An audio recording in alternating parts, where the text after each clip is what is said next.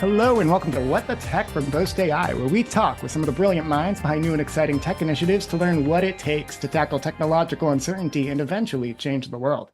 Today, I am thrilled to welcome onto the show Mila Banerjee, CEO and tech lead at Pronti AI. At Pronti, Mila and her team are looking to help apparel and accessory retailers access their share of the nearly $1 trillion personalization opportunity that's out there. They do this by giving retailers access to unique customer purchase intent data that's historically been just out of reach. The Pronti app leverages 6 machine learning algorithms in the background to allow customers to experience easy closet uploads and outfit inspiration, while being the only place where users can shop with their existing closet items. So, along with being an awesome tool for consumers and businesses alike, Pronti is impacting UN Sustainability Goal number 12, which is responsible consumption and production, by giving individual closet utilization to consumers and providing data for retailers to optimize production. It's an amazing solution that touches on a wealth of opportunities, but that's only part of Mila's journey, as she's been leading the tech charge across industries and the entire globe over the course of her career to date. I am so excited to hear about her latest venture, what's in store for Pronti going forward, and her take on the current state of startups, her fellow entrepreneurs in 2024. So without further ado, welcome to the show, Mila.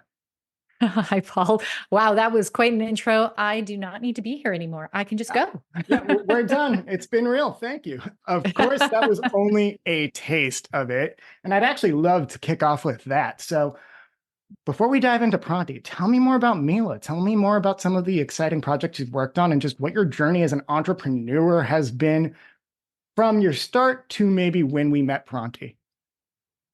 Oh, that could go on forever. I will try not to go on forever. I think, a general window into Mila is that she loves to just explore different cookie jars. I have just a crazy curiosity, and that has really been the foundation of my whole career. I am a Jane of all trades, a true Jane of all trades, from, beginning to program at the dawn of the internet, to being in the pharmaceutical and healthcare industry, and then an entrepreneur that started many different types of businesses, and then now back to tech and Pronti. So I have a lot of different facets. Let's put it that way. I love it. And I love the cookie jar analogy too. I think that's something that you see a lot with entrepreneurs generally, but I don't always see that with people who have your tech prowess and your tech expertise kind of as a starting point. So I'd love to learn how you've married that with your entrepreneurial spirit and your curiosity. Part of my tech journey is just really that at the early days when I was, the initial basis of programming, and I was putting together computers. This is the time where desktops were prevalent. I had fun doing it. Putting together a desktop was like a great big puzzle. And I think that the only thing that held me back from having that as a center of my career was just that I didn't think that you did it as a job. At the time, really, I grew up and I didn't see people around me in Alberta that were doing it as a career. And so I thought it was something you just did for fun. So I always often joke that I get that makes me very nerdy.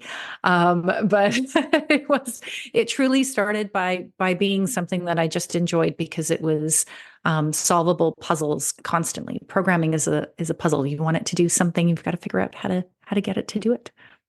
That is so cool. Okay, so obviously you need some of that technical know-how to do those puzzles and to kind of get into those conversations. But let's flip the question around. Tell me about kind of that non-tech, how maybe skills outside of your technical expertise and prowess have been invaluable in your entrepreneurial journey to date. And maybe what muscles you've had to flex from a non-tech perspective to find the success and find the growth that you have.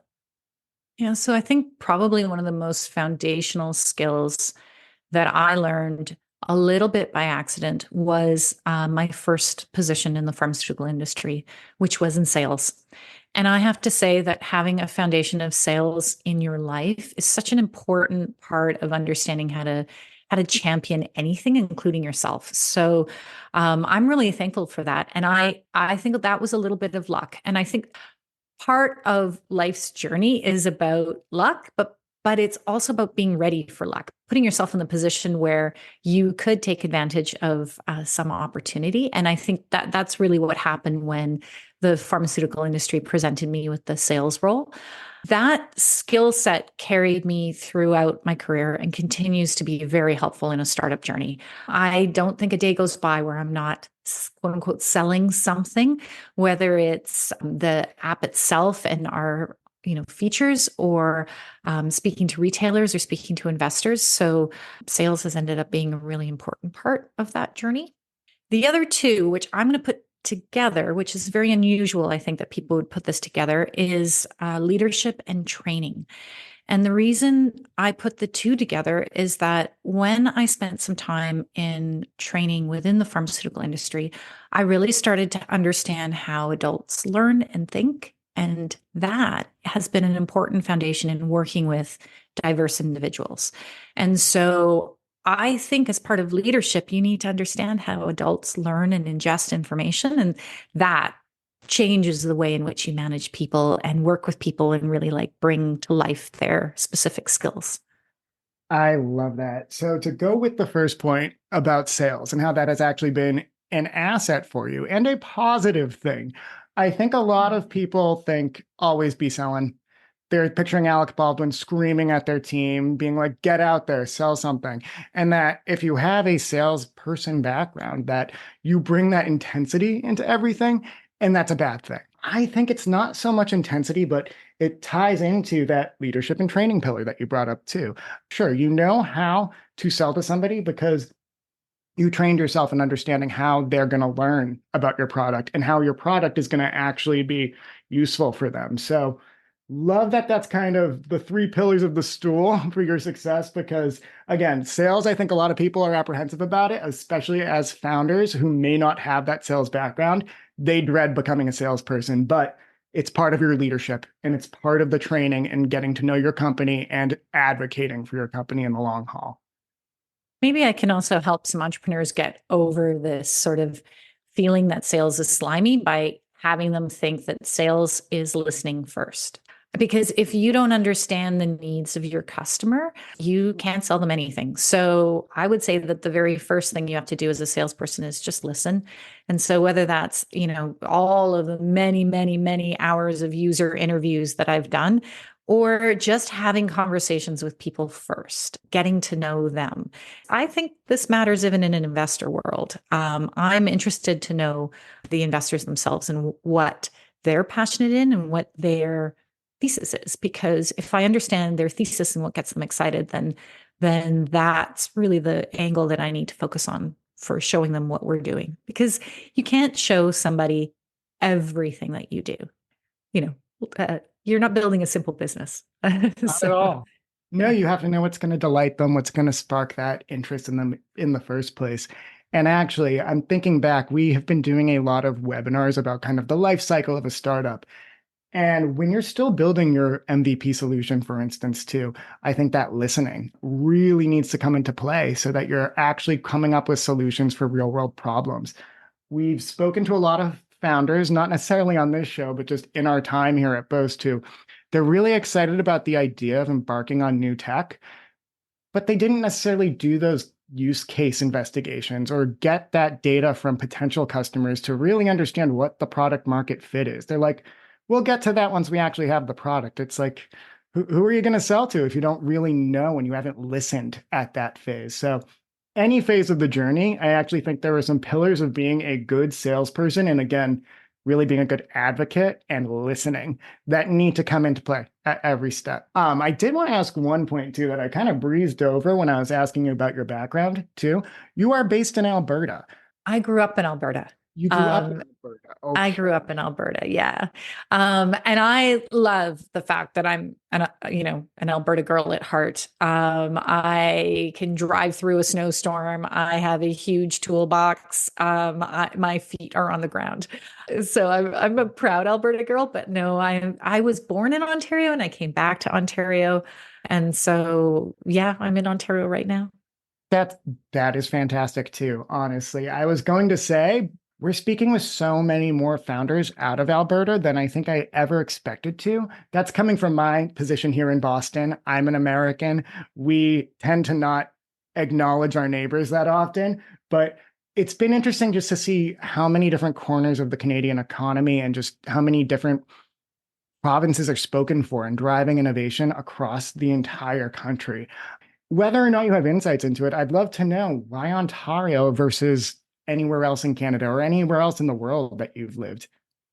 Well, I specifically put myself just outside of the University of Waterloo for two main reasons. So, the University of Waterloo is really well known for its comp sci and its engineering students.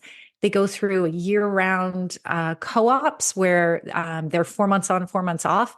And if you're building an MVP, I highly recommend bringing on board some students and helping you to put together something that is great to test with. So that was part of it. The other part was that I was enticed into a position as a business advisor at the University of Waterloo's Velocity Incubator.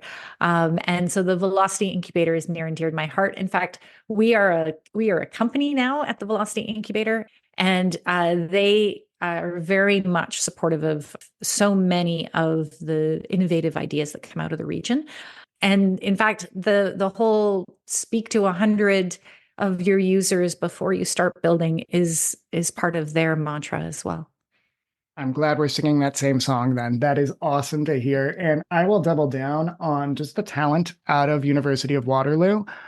We have folks in-house here at Boast who come from that co-op program. Some of my favorite people I have met since working here. So also just a shout out to any founders listening, which is hopefully all of you, my tax program, and just some of the government programs in place to actually get students involved in helping you drive innovation. It speaks not only to being cost effective and stretching your dollars further and leveraging talent that maybe hungrier at that phase, but also getting exposure to different viewpoints. I think a student who's coming in and working on a project is going to have a lot more of an objective angle than maybe a future customer, but I digress. Love hearing all Absolutely. of that. My tax magnet grants, the Fed Dev money for students, the Ontario co-op tax credits, all of these things are very powerful tools to be able to, really start your business off and experiment a lot in the very beginning, which is so important in figuring things out. Yeah, you hit the nail on the head there too. It gives you a lot of opportunity to stretch your dollars further in experimenting too. Now, we've talked a lot about backgrounds. We've talked a lot about kind of everything except for Pronti. I want to hear about it. Tell me about the unique innovation you guys are driving there, some of your bona fides, some of your differentiators. Just Absolutely, absolutely. And I also want to give a little disclaimer on the data. We definitely do not sell anybody's individual data. The only information in aggregate that we use is to help the retailers produce better, which is a sustainability goal of ours as well. So I think it's important that, the consumers out there, which I hope there are some that want to download the app after they hear this, will feel comfortable that their data is safe and individually, ring fenced. But in a group, I think it makes sense. It can help the world. So why not? So Pronti takes items from your closet and then gives you something new. So this is a completely new way to search for shopping items, allows you to use what you already own, and really helps you find things in that ocean of e-commerce, which is so vast and so overwhelming that, you need a new scalable way to go out there and find the things that you're going to love. I also had mentioned just how many algorithms are in the background there. Could you shine a little light into what the work those algorithms are doing without giving the secret sauce, of course? That's going to be your unique innovation that ultimately drives it over the line. But I was just blown away by that. Yes. Well, so I've been deeply involved in AI and machine learning since 2017. I really think that one of the benefits of the way I look at machine learning or think about machine learning is that it we want it to be AI today, but it's not yet AI today. And the best way to make it more of an AI is to think about how different algorithms can work in conjunction with each other. And so that's really what we've done. We've sort of said, okay, well, what are the things that we need to predict? Because machine learning is really a prediction algorithm. And then we married that with a lot of the really amazing things that have been changing over the last 5 years in computer vision. And so computer vision has some predictive elements to it too, but also can really look at images in a new way. So we have simple algorithms like cropping algorithms running. We have classification algorithms. Core of it is our outfit generating algorithm. And even if I were to tell you today exactly what we're doing, what is really neat about Pronti is that we have a very agile approach to the machine learning, which is weird. So I think I'm revealing how many weird things there are about me. But we really take these algorithms and retrain them on our proprietary data. We rethink them, we expand them, we create new models. It's a very fluid process. And so, yeah, the six algorithms, we keep pulling them out and putting them in new pieces. That is so cool. You actually answered a question I was going to ask. Where does computer vision kind of fit in the ML AI spectrum? Because I come from a computer vision company right before I worked at Boast. And I'm not going to name them, but I think a lot of promises get made about how actually predictive a lot of it is and how much is not just like, okay, you don't set one model and then it's off to the races. You need a lot of complementary data. You need a human in the background to actually kind of shepherd it and cultivate that data. Yeah. So our computer vision algorithm really takes a look at the user's closet images. And computer vision has really made some huge leaps and bounds in the last few years. So we use image embeddings. These are vectors. They are for us 512 dimensional vectors. And that's just really the way the computer sort of sees the item. And then it's a matter of making sure that it understands how to think about those vectors. So in our world, what makes for a good outfit and having the training data to be able to do that, having our users who say, I like that outfit, I'm saving that outfit, I'm wearing that outfit, all helps us understand both the user's unique style and overall what makes a good outfit. So we just keep making it smarter and smarter by all of this information. I also try and think of where can the algorithm make a mistake? So, it's really difficult for a machine to understand the difference between the way you would wear, let's say, a shirt and the way I would wear that exact same shirt. And so we might, I know we might have some unisex tops that we both wear, but your context, the way you wear it versus my context and the way I wear it is not discernible for a machine. So how can we get our users to give that information so that the machine can then understand their context? And in our world, that's occasions. So maybe I wear this t-shirt in my sort of everyday work from home, but you wear that t-shirt only to go to the gym. And so those pieces of context help the machine understand each of our worlds so that it doesn't make a mistake. This also prevents the slippers and ball gown issue. So That's amazing. So we actually, full disclosure, just came back from Mexico last week for a Boast Company offsite. I was doing so much random shopping online because that's how I do it when I'm bored. Instagram serves me up the latest thing from J. Crew Factory. Very nice. I ended up only bringing stuff that was in my closet after spending maybe like $300 shopping. Not because I think the stuff didn't work, but I was like, you know what? I have actually seen this stuff on my person before, and I can tell it looks good. Whereas I didn't buy pants that would actually go with the shirt that I bought at J. Crew. So not a perfect use case necessarily, but one that immediately came to mind. Share from absolutely Clueless. a perfect use case for Oh, Pronti. yeah. Yeah. I was just like, I could have saved time and money and also like not have an extra shirt that I'm just going to wait until spring to buy matching shorts for. I do also want to emphasize again to that point you made about data too. It's intent data. It is not personal data. So I will just emphasize that you guys aren't selling folks personal data. It's a lot more about, again, that group think and again, understanding and helping inform the algorithms, not providing something that you are selling to a retailer for them to take advantage of. So just want to put that stake in the ground real quick for everybody. Now, what's the next few months looking like for Pronti? What's on the roadmap? 2024 is a big year, I think, for a lot of the founders in our community. I'd love to hear what's on your agenda.